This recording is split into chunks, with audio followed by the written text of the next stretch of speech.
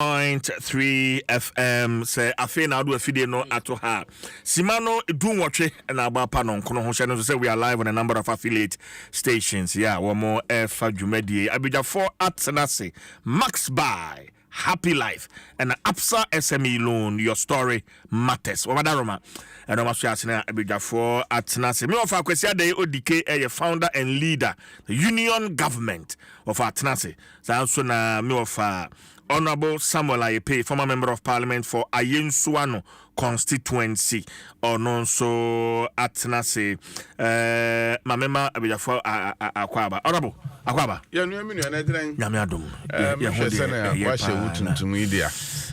Meti ase. Ya. Yenu abarama Awana ya. DJ in fact nyakopon fa na kresi asemi bi atome ya papa echiba ebien okay ochire ade ewo Bamprobi 46 years na ne colleague teacher bi eye wedding ewo baby kutubabi memene de twam yi ne na awotwe na okọ wedding ni bi oba fie na according to ne yere no of ya se complain say ne yefono nti adechi Monday no na chese still a enyai nti anopa na okọ hospital doctor treating no abafie adwumre bo be say 9 no na afie yefono be ye din we did do hospital 11:10 no yefunu Jesus Christ no yefunu ebasa yaw abranti a wakoye the masters degree wa pass aka so check graduation na no kra okutu ya the graduation fee masters in mathematics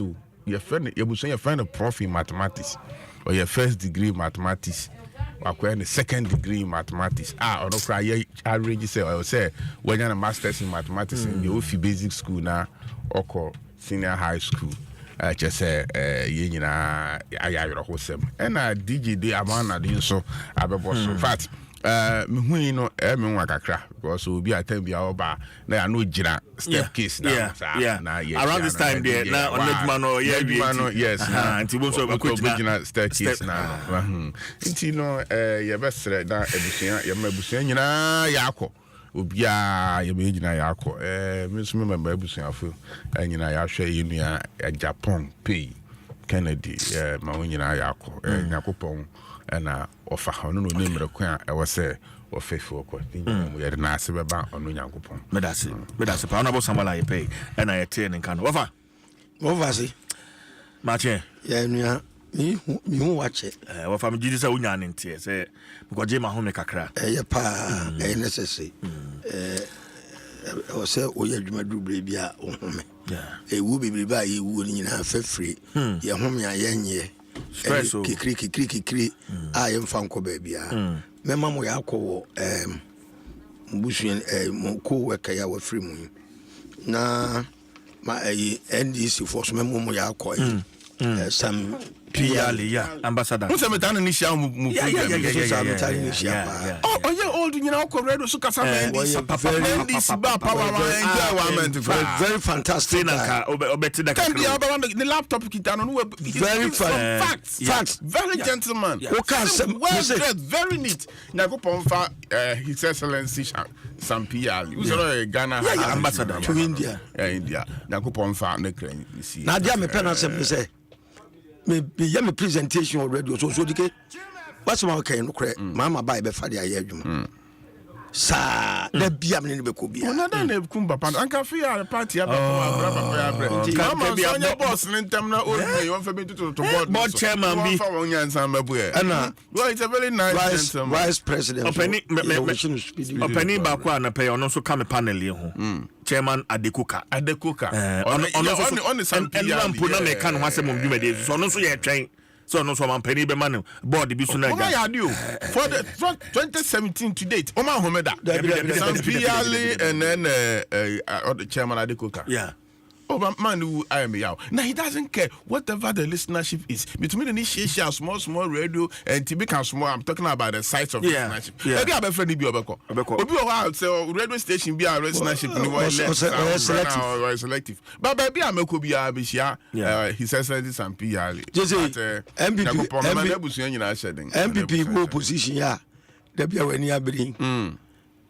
Obi me nyinga chenti me enjoy bia sana. Yeba honorable no China MPP asamba na the minister be transport and our roads me second masters. Fortunately not Ghana ha school be no ha MSc in transportation management. Last 2 years and University of Ghana business school no introduce MSc logistics and transportation. Is a Ministry of Transport? Would there be seven be for support my consultancy programs? Right. My first semester crazy. Next month me start the second semester. Now next year, me penny former education minister Duchum. Okay. MPP more na mo mfani ni party ni mo na betima bo am. All right. And comma adapt no so and pay. Intina wanga owo outside the party no. Everybody those within the party so far say have not been fed. You are the best person to answer that question because so party no party no. Mo tradition no probi o scan mo to edi na chi.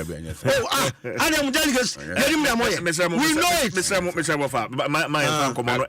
Masa jaja. Politics. I am delegates. Delegate system no. Obi o twa bribe na mo tudi na chi. Yenim. Now na beka.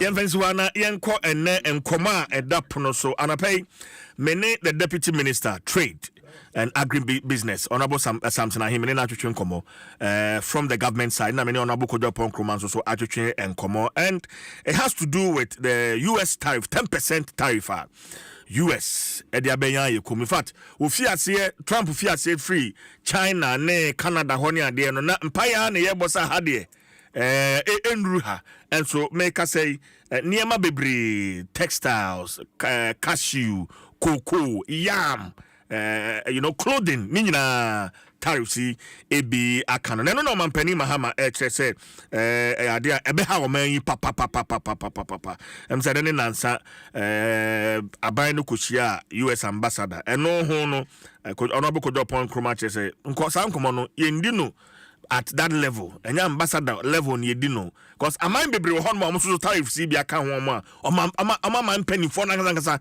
eni sim ekọ America ho ekọ sere Trump mo audience kakra na afi omo ne no akasa nti e die ya group ambassador ho wa hai in fact ambassador no akra so kan se enkomo we die enye ha mumpede mu nkosoro na munkodi sa enkomo no ewa ha enti ye hyase enfri ho yan chance in free ho ona boy pay ma chance yeah ma min sanchi a wati efubiem na aban bia ba power say ya America say ya Africa ha or the nation shey eba na aban bia bosha o share ne manfo no nhihye o de beba no ya obomoden hwe say saa nhihye no ebe boa no ma wadi de boshe so to fulfill his campaign promise then asem na Trump ever president di okay Trump so percentage unemployment ratio no percentage ne drop pa ofi aben na esamba asoro biem e America until from reach America for say oba nhihye bi o de begu akwan mu na America for enya adwuma aye na unemployment rate no eso ato aba fam no obefa so na ye ka say oba mmiri bi edikan no na companies and industries are now we're going to locate to China, Indonesia, and other countries. Or yes, say when you are sent to 2 machines in America. Now we manufacture our mobile phone, Apple phone, crown, affected one pa and afford. Say we your product outside now the components now by America no about assembly. Yes, ana American by employment no ecofem. Nti no say environmental hazards na ma we take this decision say product ni bi ho components no be no outside America but Obama Trump ban no no one famra America. Nti eno na oretua so no.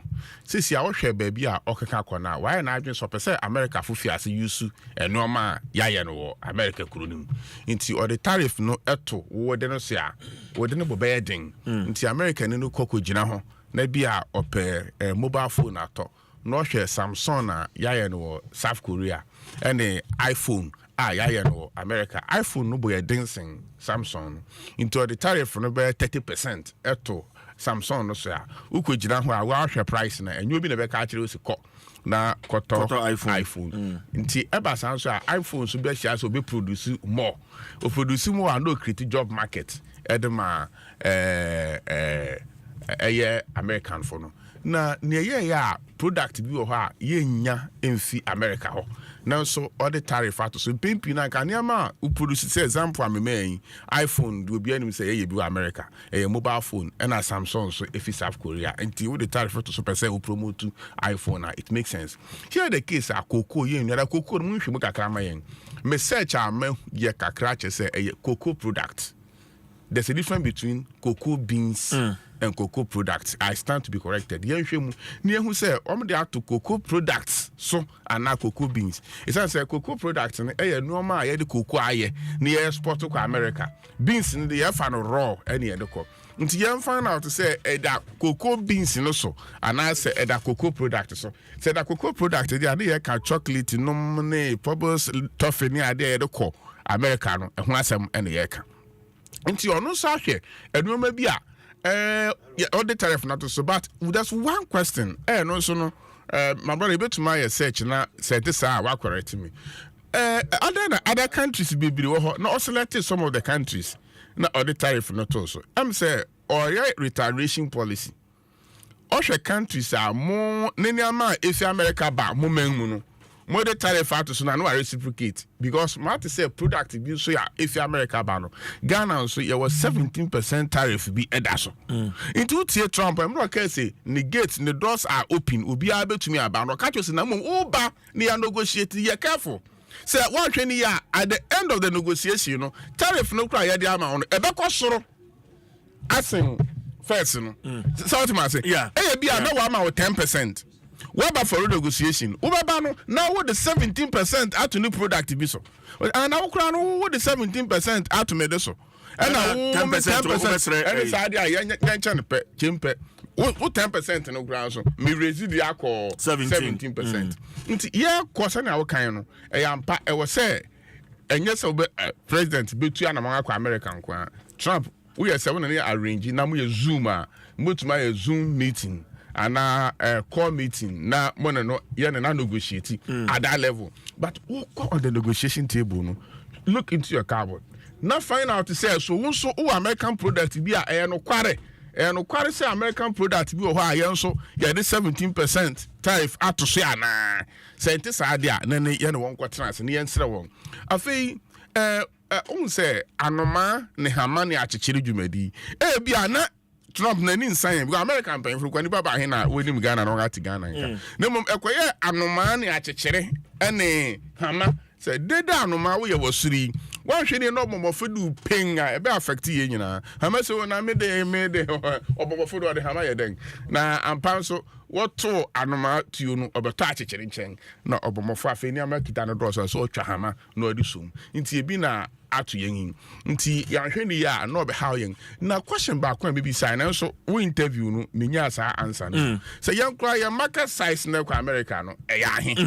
na Samsung na hibe ko 3.1 to 3.2 billion annually upon kroma and so be my one yeah me who so upon kroma is talking about the surplus now. Yes. He's referring to the 1 billion surplus. And now Samsung he so honorable. And also consider the quantum of the market. The two are not the same. Yeah. Until you understand but whatever it is, 1 billion is a big money. Now me crowd and yet no man ebekwa America yen to me nya yen surplus na medwene hu. It says here China share not the new product the 35% and woman 30% China. Let me okay. It is China share. Not China 34%. That's very well. Japan 24%. Exactly. Vietnam 46%. South Korea 25%. Yeah. When the UK mommy. Okay. When the from my baby face Ghana. European Union. Yes. You can come. You can come. Okay. It's the European Union. You know. 20%. Very well. Yeah. But my analysis being true. When we say China, it is about 34%. Now South Africa, South Africa 30%. Yes, South Africa. Don't talk the European standard. If you are more recorded also. Na baby, remember my South Africa example. Yes. Since you are 34%.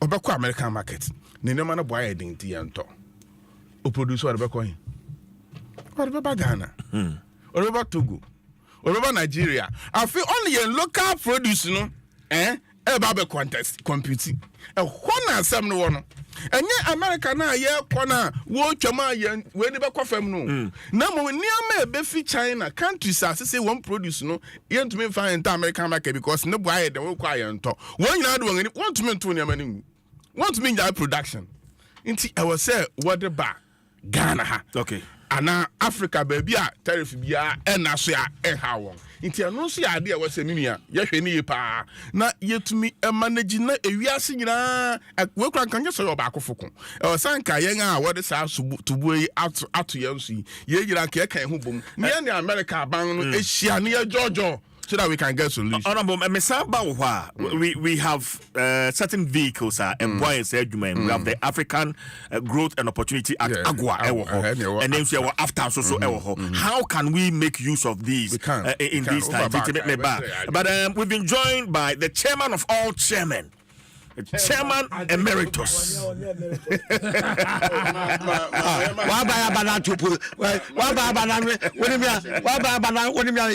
Position. Now Emeritus. The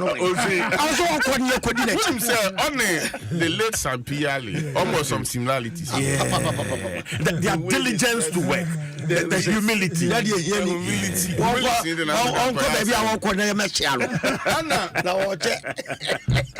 In fact, my mom said, can be our first partner. That's what me who oh, there be on one man. Now on way busheni. What come I gonna for you say me allow. Oh, say first na me share for family no mo ye radio so aduma na me hu wo mo nso ni o. Then be me hu Sampiala is it that the cooker or Sampiala the later na fame to me and make it a different. Chairman, yes, good morning. Morning. Apumboko. Nyamiasi papa. That's your crew. This is our crew. Yeah. Become a permanent crew. Yes. Consistent crew. That's right. Yeah. Chabajo you be aboko. Yeah. It's them okay. Sampi. Yeah. I'm from Kobna. I'm from Kobna. Started at unit committee Dansoma. Then became assemblyman in Dansoma. Then MC in Central Cape Coast. On and on. And ambassador. And during the last election, he played a very pivotal role. On your idea, Kumasi no nam ho infa on any pro form crofwe.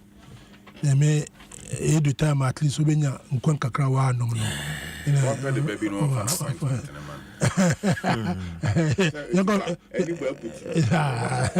so never be where and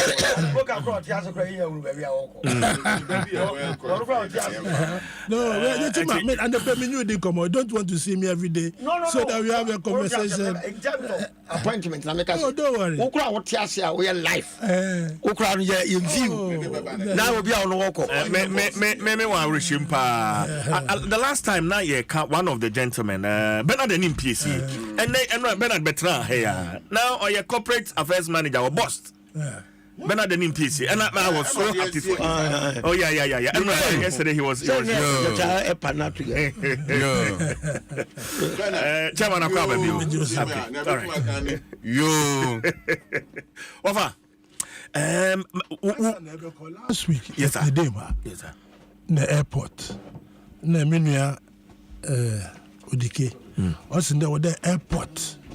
Or the airport we issue statement. I am pleased to inform my brother the airport we issue statement. Thank you. I trust you. I'll read it. The right me propose you oh, me more about so in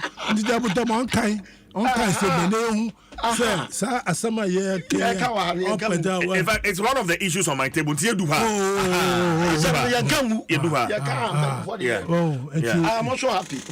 Say you can't pay 40. My member also on the issues of trade.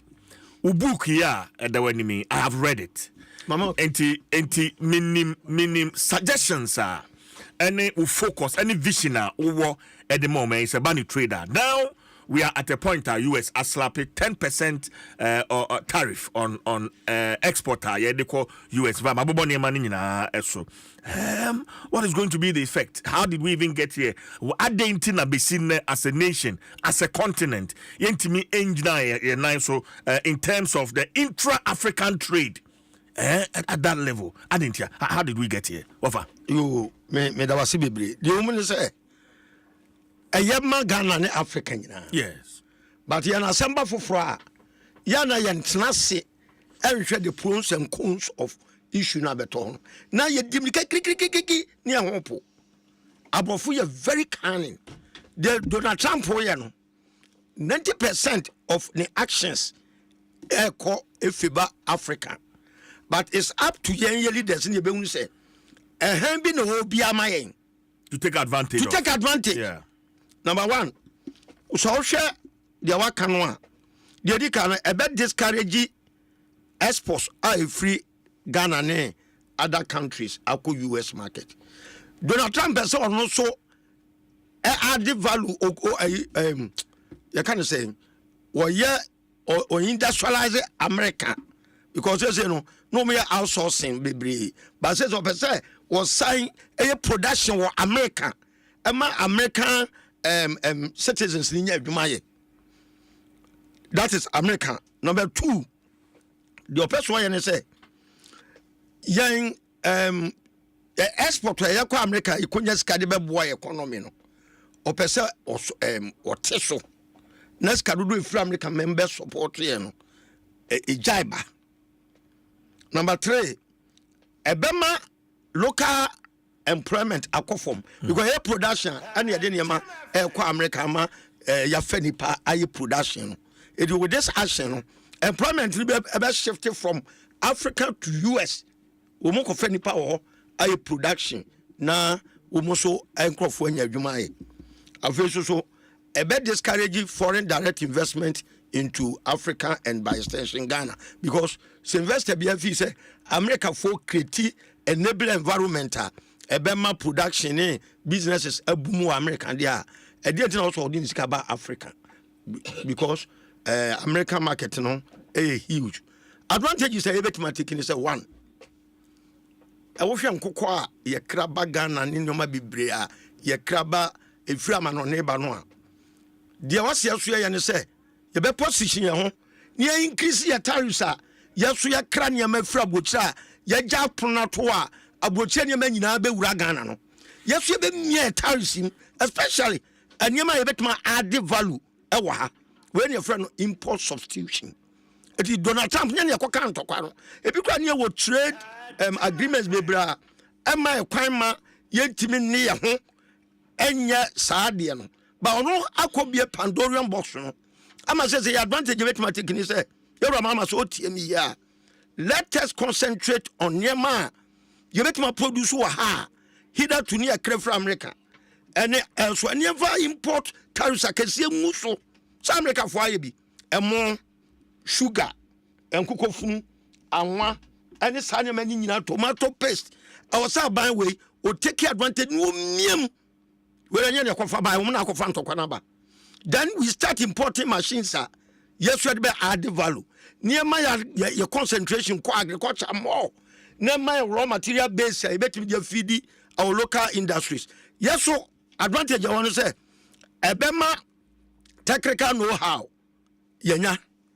Ebema yemebulu munya duma nyamu fa desert. Ekwa abuchiri no. Ye omenya duma ya mumania kakuruma. Ebema sika assaculate Ghana. More especially, and you may be producer a West African market. We don't call the Africa for now. Yan targeting West African market. Send your with you. Saba said ya. Yan Nigeria, and your man, ya call home any bedroom. Togo any bedroom. Liberia any bedroom. Now you add the value, you increase the volume of production. Was a private sector, no? And I say, you're my mind, go patch out. Don't waste your time on these people. Working on 40 and we are when we are mad, yes, I've been what you a big advantage to us. We can go Burkina way and revamp our defunct industries. Now, yes, you know now. So, what you are not to China? Your friend be import substitution. And your man near cry. You bet me I take advantage near our. We should concentrate on those items and create a homegrown policy. For example, we beat school feeding. And you may be a foreigner, you do feeding quality. You for local, I can't say local products. And inculcated made in Ghana test on Kranu at this stage. It portrait products near the Mount Cranary. Na portrait farmers who produce more. I don't pay you to my Korea Kusiaba Kwedi. A maneka. But the end is na the made in Ghana test a grand Kwalanu. No, be so a portrait farm. Now what they cost to bet my produce more. Now for be a order, bro. I be produce ama and Krana di near the portrait. No, near increase almost so ya so much summer. Woman konanim. What I say? The target now is to increase local production. Say, or no, any chromu year. I don't know any chromu year. Nay, no, Copacho say, want to say, Abane Africa from bedroom for person, which I say. Yet, the energy was said to be a back cranium. It's Yura, friends, Trump, and yam a tariffs now, dear Tosono. Yet, you're born or so. I am wrong. Maybe no one in Tiasia. We need. Maybe I'm not say the American woman Tiasia. You better say, or no, I confirm to Kwanaba increasing a. Say, yes, we increase here, dear, tenfold, sir. Nadia, my dear, my one a bad day. You may any idea. It will necessitate. Are you saying, sir, the diplomacy option I take, you know, and you call the trade war? Yes, Obia, say, America for the about the Cobia Diamond. Really? Ah, Massa. Trade war, Mumlan Cabebo. And then come when they are perfect move. Onyai, Yama America for Timuno Mudawa, so there be a Umudia Bayati. Yes, so, and Kokana Mudi from America Brain. You had the 50% tariffs at also. Now, the Abedja film, they are near the local production of poultry. Yes, that's can pay the quiet score account. Near the Bomo poultry farm, it wouldn't go from America. However, now, wouldn't mean whatever. Then, we bet me a trial, never bad. Now, my said, you know, I'm wonderful. Now, a month when you local best I produce one. Now, but I'm making sure say you produce one. What more than home bedroom local market, a man, woman, any a portrait products, no, and cobo womoso. Okay. A bit of school feeding, a bit to say government installations are you know, you are near local products. No, it discourage the importation of foreign goods near Peja, your local production. Ya mari na benya adwuma ye edipa tifie etime de manage ho and to kwana Trump de aba no se ka se take advantage na the whole Africa ye hia near your meeting say yo san wa kan obi aso nko yiri ne diem near hwe de no be kire no. Okay, all right, me that say Wafa Kwesi Ade Odike, founder and leader union government and ete nenkano chairman. Yeah, minya asama minya Odike kan no etoaso America for na makopa ntokwaba. Yes. Na me de say Trump or share boss say oba evotimanwa is going to raise tariffs. Omoya analysis of the benefits and the non-benefit of the program no. Na America for moto Obama no. This America for Musunda. I don't want to hear that. But you see, if you go back to our history, time independence, sir, import substitution, that was what we were practicing. Yes. That was what we were practicing. That is why not Temahabo, the Tema industrial area, we had almost all the industrial, you know, my here as Ghanaians, we had all of them there. Uko Nofa, your Palugu, tomato. Meat factory, water corn beef. You will need na. Uko Western region. You will Aboso glass factory. Look, no more Ebama Firestone. Well, yeah, no more Ebama ya self-sufficient. Yes. Satam no. Uni fridge me kai mu kwada brima. Sanyo ni akasa no man. Ina ya the kerosene. Yes. Ina ya the power fridge. We can very well. But also freedom say they munyaji kerosene because we're improving on better than the power generation. Of course, until we have to improvise. And it's a power. In fact, I'm hearing this for the first time. That we had refrigerators and they used to kerosene. They had the power. My grandfather used to buy me. Well, yeah. Wow. Yes, no, was later. No, power. Well, that was because we were trying to introduce along the line. We're improving on it. Akasanoma radio, Takasoma television, Bata shoes, Yakoskua, Kaki. Since Kaki Pomu Biache, he producing in our Kaki, and I said Kaki, Edikosku. Bashasa, Kaki. So we had all these things. Eja Yankasa Ghana for Ebe Ku, you took Kwame Nkrumah. Then the factories are we shut them down. I mean, make a history, but into Ebe Tremu. Most of the factories were then a champion by also Kowu Motors, Papino. Beer, friends, Tata Brewery. Well, a champion specifically said chose certain industrial area. Ghana, we have beer. Then why is the walk crab beer? Saturday crab beer in Nigeria. Star beer and a club beer. And out of one Omodiba, ne Tata, Tata beer, Bubra, the Ghana for ye, Nibaji Bubia, Obian Bubra, who cop bar, Bubra. And then what happened? And also, we came to destroy it. And then we became an import country. Yakra bibia. Yakra toothpick, okra ADS, mukra yakra. We are now producing bibia. Look, the whole of Ghana, northern Ghana, Volta, Basin, Rakosombo in Sweden way. It can irrigate half of Ghana. Emo. Uko Thailand, emo no mu dua wonsu mu. No metomae. Yanso wonsu kesiara da ho black voter asana voter. Na yekra emo. Yekra sugar cane, yekra sugar from Mauritius. History na make actually. Did we go or did we come?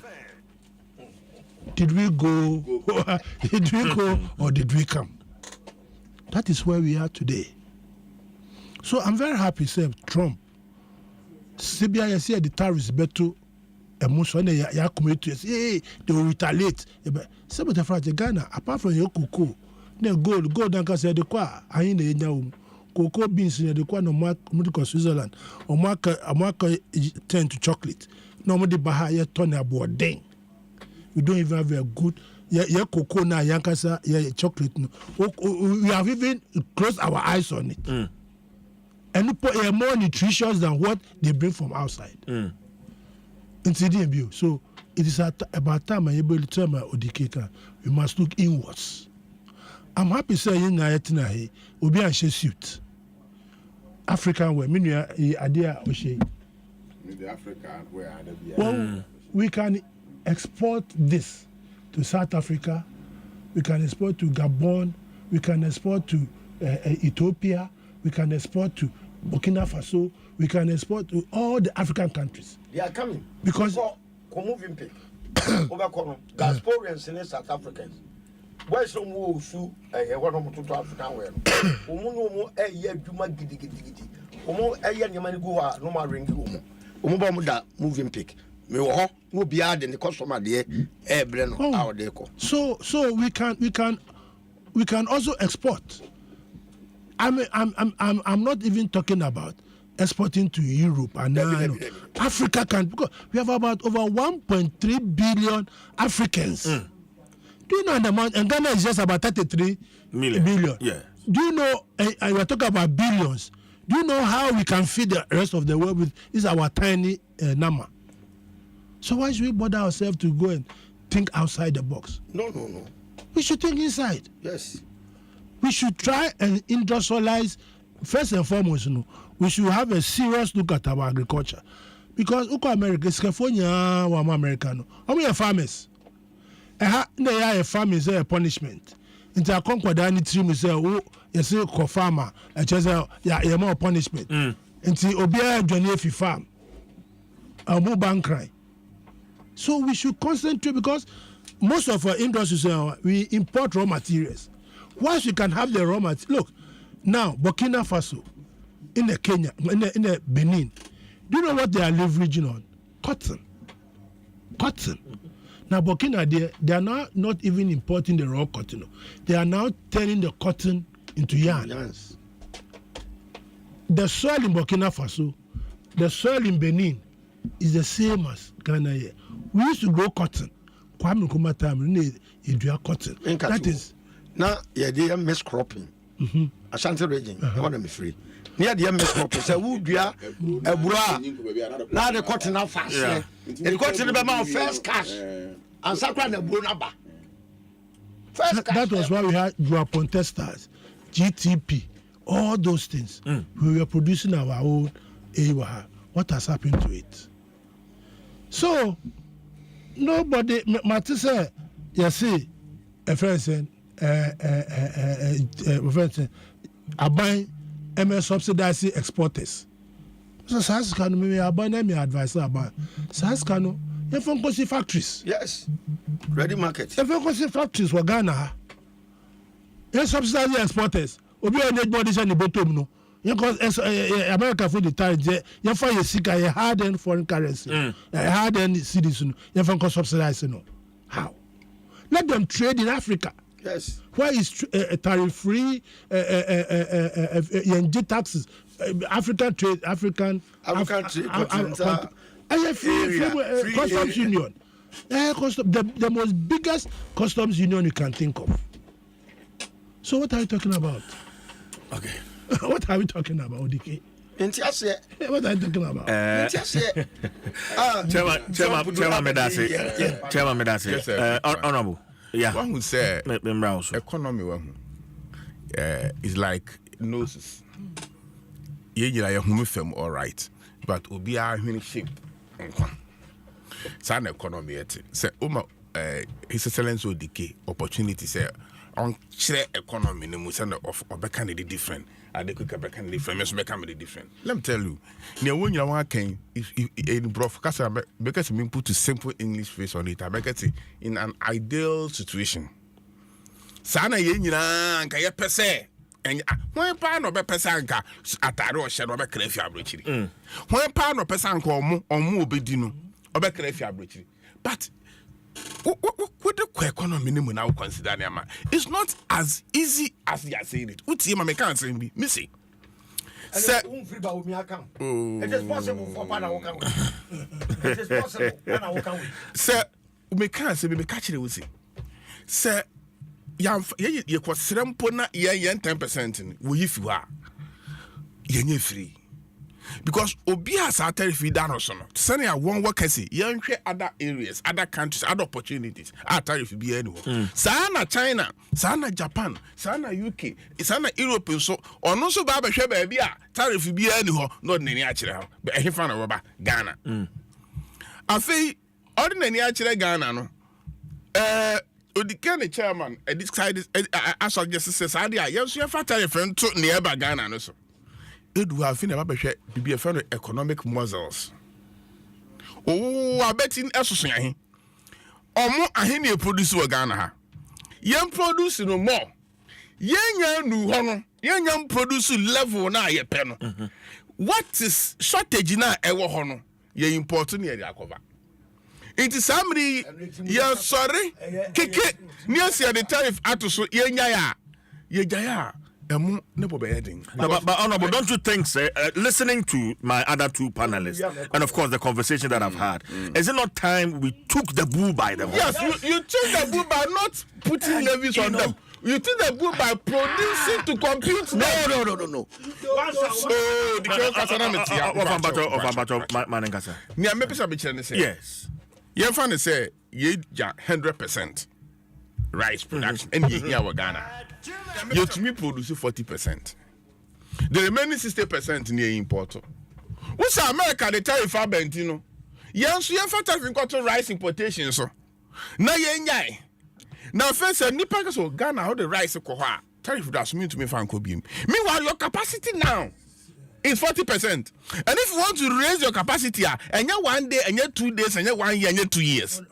Into the embassy make my suggestion is say let us increase production, local production to compute. Chairman adeko kaka sembi. O say obi metis answer when me say why the cancer. I've heard it. Answer na obeka wa hey. Say 10% no. One of them kwa America no. Abanko yi the taxpayer money. Na ofan subsidize no. No ofan the man kwa America. Na sa taxpayers money no. Say ye cotton. No the kwa America then socks na ye kan. And then ye factory wa ha or the bear socks near put ye support sa factory near used to be wa ha near faving kwende bring quantity be at bia na so. I agree perfectly with them. But I will say ye make sure say and no man na ye person ye prevent it from coming to this country. You better do so and I say man buy the Ghana ha no. We are capable of producing same. And yes, I want to ho chira e be buy am so Ghana ha no. Because mama a typical example like tomato for instance. Tomato you use to Ghana ha no. Emu be say 60%. But at certain season kra no be 20% when in your country ha. We import the rest. Into ya can say as you say you do sa pempenso na. No, but let us compete by increased production. Honorable Batomeba, over the years, we've been waiting to be capable. Yeah, 20 years, 30 years, 50 years. Just to be capable. Now we have an opportunity. Opportunity is would be a normal tariff to also one year. China, I start you. China and America, the Canada, yes. But well, Muslims make it on every day. Yeah, we don't have that. In America, Obama's and the American say, increase young production. You make sure say with time, no. Okay. We waive this importation and all that. That is here on the version. Yes, one thing. Yeah, oh, me pacho, offer. Menene na adwene 99%. Ye tie say, we on your businessman. It will not say, you live in our comfort zone. But when you pay, we live in your comfort zone. Won't even call him. I will say creating the market necessity. Say, Adiana Abano, Adiabanya Baya, Jay and Sabeka. So we use this situation to get what we want. You know more trade agreement, baby. Ana and my Kwama, young Broconia me from Chilebano. Ana nyamia boa wono ade no ho betum se mekai o mampanyiko 4 time o ka san kokko efra buchire ba no wajai edit 1 week no was masosama no emra ko pressure from outside now sa pressure no enko yewra ma so biem every say America for na initiate say sa pressure no ye betima take advantage ni ye fi ho emo ye the 3 months na dua asutware ene da hoyi na no mafum biem so ye wo baabi a ye frɛ no wora ase ho ye atcheche no lam ka che caretaker no sɛ munua mo wa ana mu dua mo me wo ha no frɛ me sɛ mo na ready no mu brɛ me local rice 1 bag masa sɛ mo ni sisu na utie cent na mo ne da wanu mu a ani America ne wa mo ni nyina difference a ye de ye quality high quality. As a case will be a new ammonia feeding school feeding program. Now, buy ready so beton said you took qua. Massa, may say, a little bit of Macodom and agro, and you made a dinner way, as I say. Variety, Ibedria, any agricultural accoutrements in farmers. Asa says 3 months was say, no more naba. Tomatoes, 3 months, not tomato naba. Eti emra no so ya emra no so portrait kokokora ye na edi se na aye edi enkreti ahokyere no ewiase ahokyere ndi ka ba ana enfa solution mobile phone we tetone ni ho ye yesusa na there's nothing like mobile phone na ewiase nyina ahokyere ema wiase ahokyere na wo kana me kire wade ana obi trans no se me yi ahokyere na fi wode a agi se enka me nante akọ ogwai akoto nkyere no yenye communication betuma frɛ obi ogwai etubiaso na sika nya no wo create problem now the solution is this kaneba eti abofra sha that create problem no more the solution ebema problem na free o na sa solution na dey ba no e sika na ebre wa wo de wo koyi problem na free o no do mama create scarcity. This is the time for you to create scarcity. And man wo ya dia it will pop sense to people. Now, who create scarcity no? Now make a provision for one more solve problem. No, to me,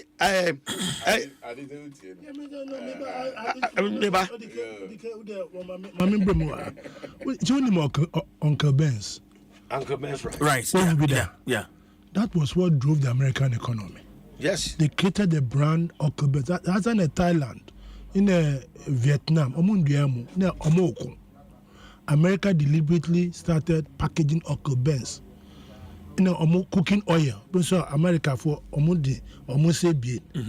these two items, soya oil. These two, that is what drove the American economy. They pushed the farmers to, so the whole world obey the American Uncle Ben's. Who call baby? Who call marketer? Who pay and Uncle Ben's? Agriculture, it drove the economy. And then creative barriers. Say a rule in Africa for the normal call America. You can't say quality. You can't say specification. So you couldn't break the barrier. To discourage you. You couldn't break the barrier. Now you've got opportunity. Like Odike is saying.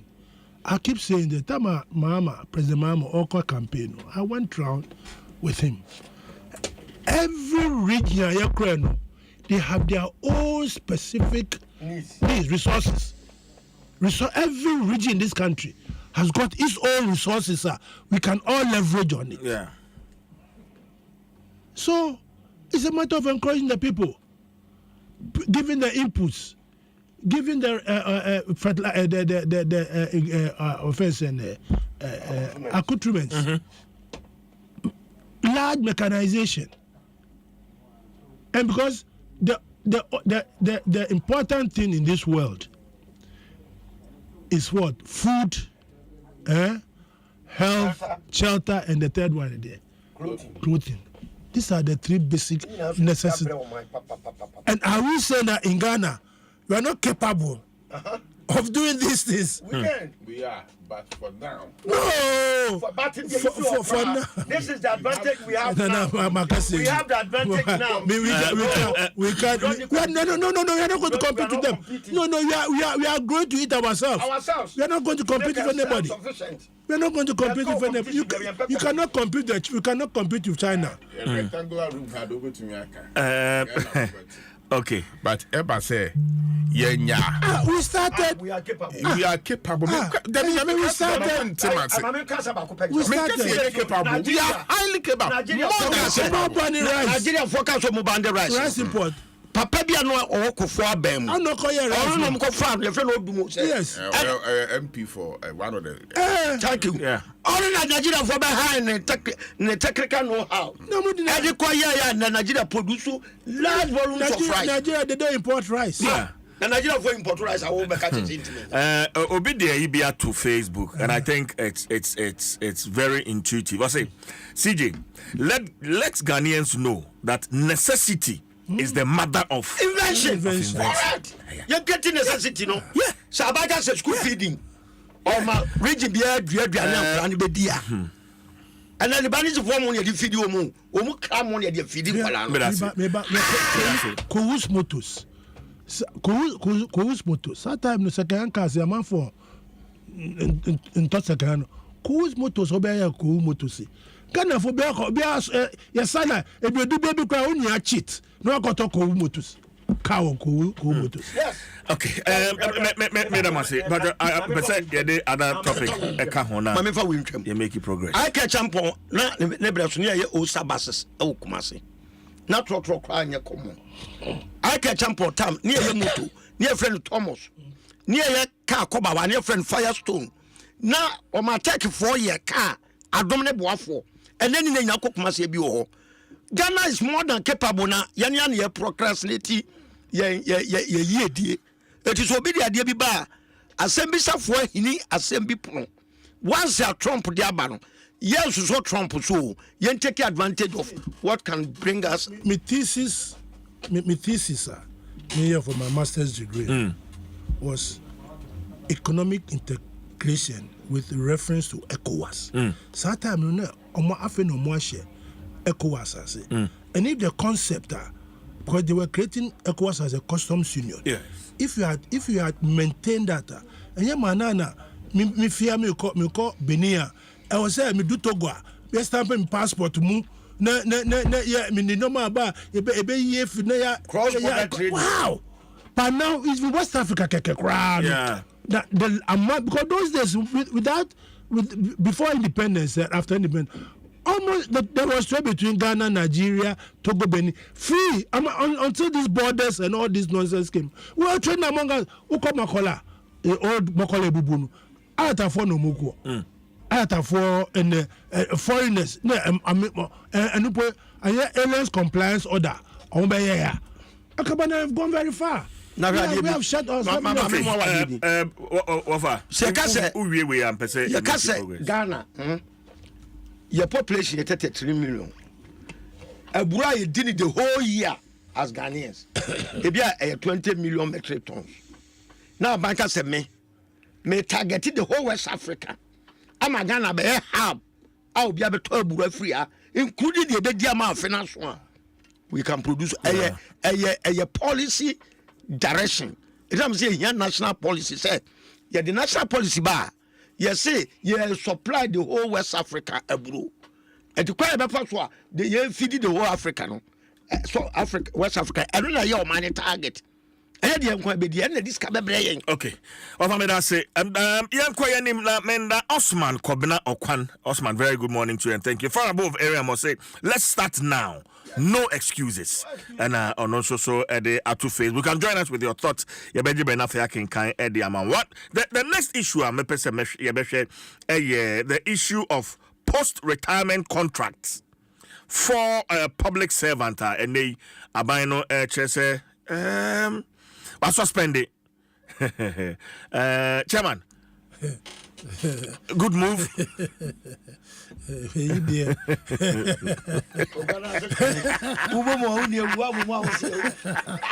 Chairman and the cooker. Good move by the government. We Indra and the government kaya. Yes. After the control.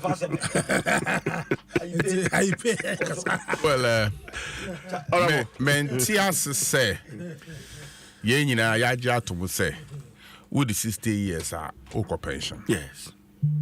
Na Ubi Bedi 60 years. Na I was Oko pension.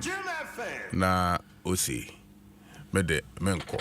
Yensama me contract Pacho Chairman Adukuka at statement of government the bar them say won't read it TRC. And one chair say Obi say Chairman Adukuka over 70 years. Na say Owonya send him die bia obetumi de abo man na yentumi fa no ko head board bi anan ko tena board bi sisi boa advisory board. Eno nya no asem na aban ne ka but when you pay nti chama do ka person be ka wan enye no asem na ye ka ono do obetuma serve wo board so obetuma board chairman na CEO no or the nyansa na ono de wona wa qual for so many years no from football to politics to businesses and no the abo enye no asem na ye ka those who are enjoying from how do you call it? No. It's consolidated fund through contract. Na control as you have. And the many are banning you say, with the 60 years are Kofi. Mmerante bebree awie school. No, but honorable now can say Fena, chairman Mono can say Fena on this is an instructive statement. Yeah. And I be chairman say Fena aba. Okay, because it's very brief. I'll say suspension of the grant of contract appointment. The grant of post-retirement contract appointment to retired public service staff has been suspended with immediate effect. 2. Consequently, all requests for such appointment will no longer be considered. And finally, kindly take note of this directive and ensure strict compliance. Yeah. I don't just say, so we are medical doctor. Now we're 70 years. And now we are surgeon.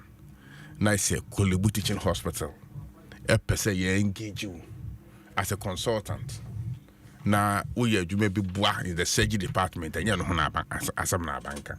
You can one after 60 years they want to still hold their positions and be there for 2 years contract, 3 years contract, and our banker answer. Let's draw the line. No be uncle Cassie.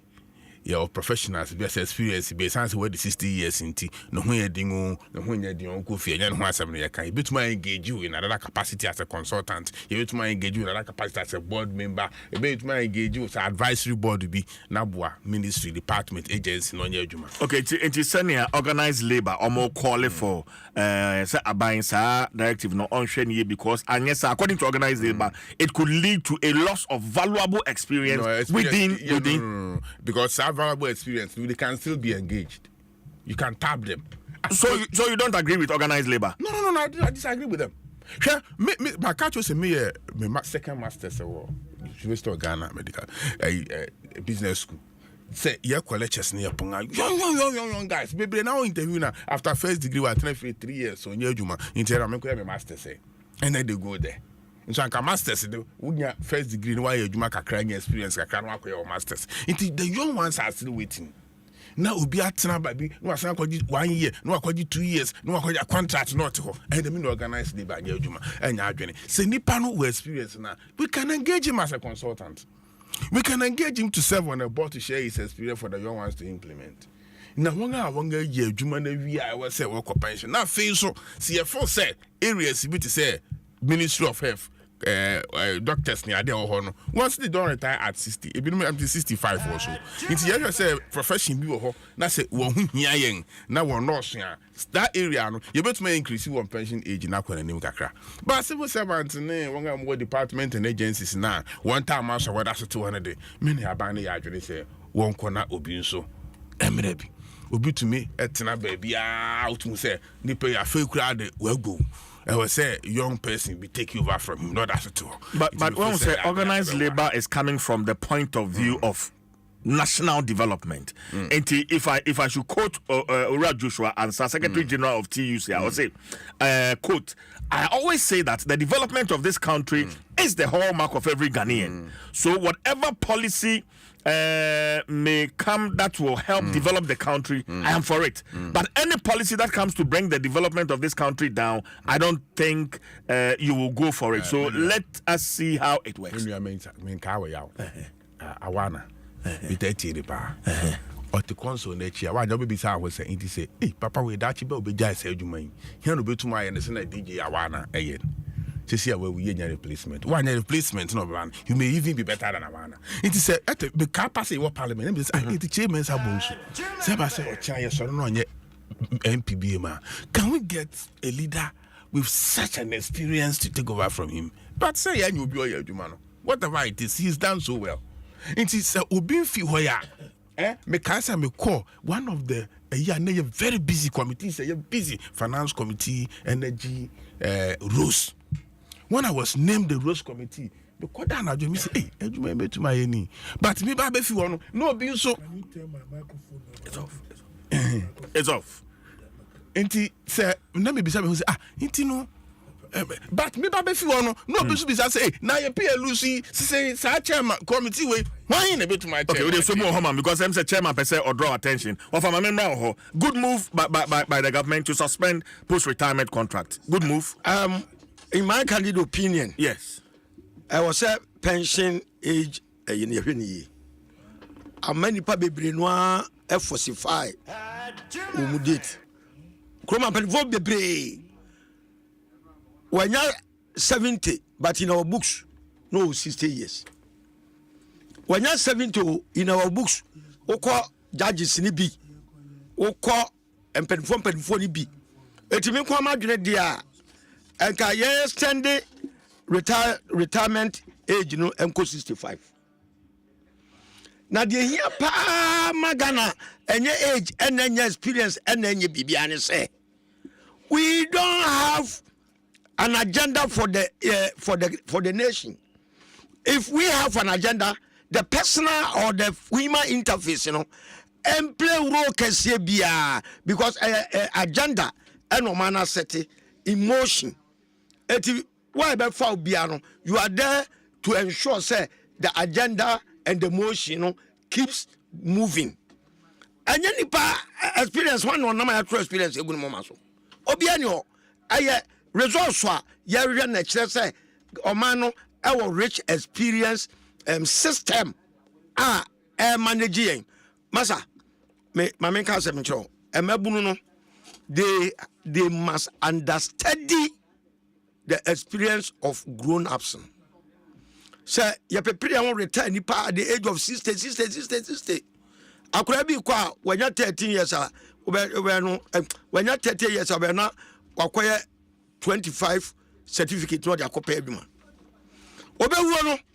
obewu at the age of adwuma say wakoye pension at the age of 60 we adwuma by akoye obituary card na was ya 70 years abusuani nim send the age of the adwuma no and you correct footballers yes every baby football age or whatever a man could die any of my way. Say to me gather all this information there. As a nation, we must sit and do the needful. Say the young for 45 age, a retirement in here. And then you move on 65. Now say to me creating you ma. When you are Dumasamo, say Omaya, yet to me creating you ma. A mabunina benya baby ashe. Ama almost more anymore. And Korana and steady and penform more in their place now will be by intimidate Aduma. At your visual beach at the age of 60. Sister, when your sister can 1 year old, sir. 1 year old because you're about to almost say Abrabasha say in fear. It can only over 20 years come feel one. It didn't know what's Kaukofi. Oko Japan, woman employ Nipa 85 from our various areas. Sabaya. Womu betuma active na womu enwon tem aha ye pia wati kokotu fie abekọ no otedame ase ukọ nkro mo otedame ase wotimi nya bibia wani betia so wokọ pension ni 5 years wo awreho ani nema bebre eti pension age no yamane kwa ni to 65 na yen kreti models en accommodate yen keji mabunu no decent employment eti de ye ho anu kwa I say government business as usual and when you go for an crime and yes I know say I was say creating new more now babu bi obewie school bi abenya adwuma no man compete adwuma ho with obi a rich experience yes you say also okona akora bi ba adwuma na yentimi create no eno ne ade a amasa ne ma we nyina eba eti awura mama menu apanyin mesrew the US for their bay say ya tutu ya ne ma yi a sa pension some wo kan nyina no ye mo so kra no ade no beba automatic 24-hour economy no libre nie US for create implementation strategy amount say we betuma ama ya run trade shift near productive near ya capture West African market Ghana just in now so when we are able to do that US don't make a yante but say you over reliance near corner down and I don't mean idea ebe high idea be a baby amakwa. Let us take advantage. Okay. Pension, employment, production, everything. The time is now. All right. Obiaka say so or no my Ghana. Okay. Nuya Odike can you? Chairman. Yeah, can say. Abang NKC, you change the pension age. CFO change the pension age at 5, but for now the pension age is 60. And our bank say will be already 60 years. Our pension now, yes, I'm our contract. We revoke that contract.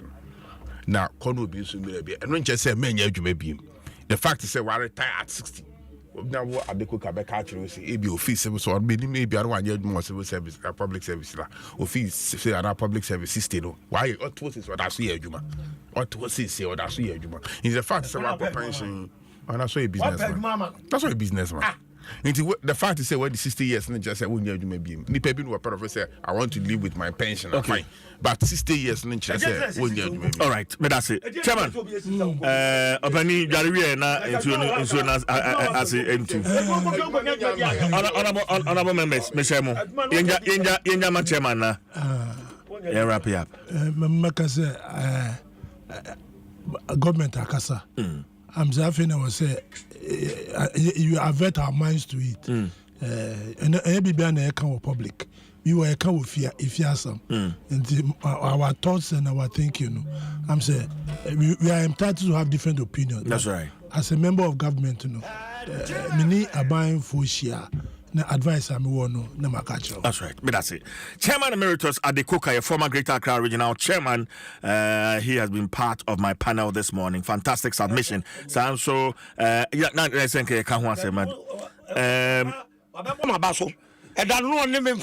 okay. Seven say airport company first statement. Offer Akwesa Day Odike. A very about the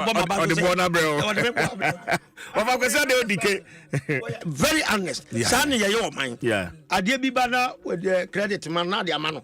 But that's it. Of course, DK, founder and leader, Union Government, and Honorable Samuel Ayepe, former member of Parliament, Ayen Suano constituency.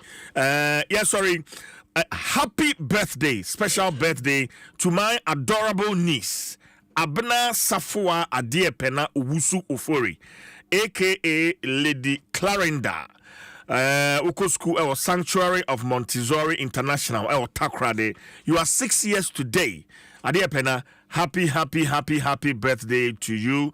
You came into our lives and made everything brighter. You filled our lives with laughter and love. I hope your day is as magical as you are. Happy birthday, my little star. Shine bright and may all your dreams come true. Have a fantastic day from mommy and the whole family. Yeah, the end of the here. I don't hear.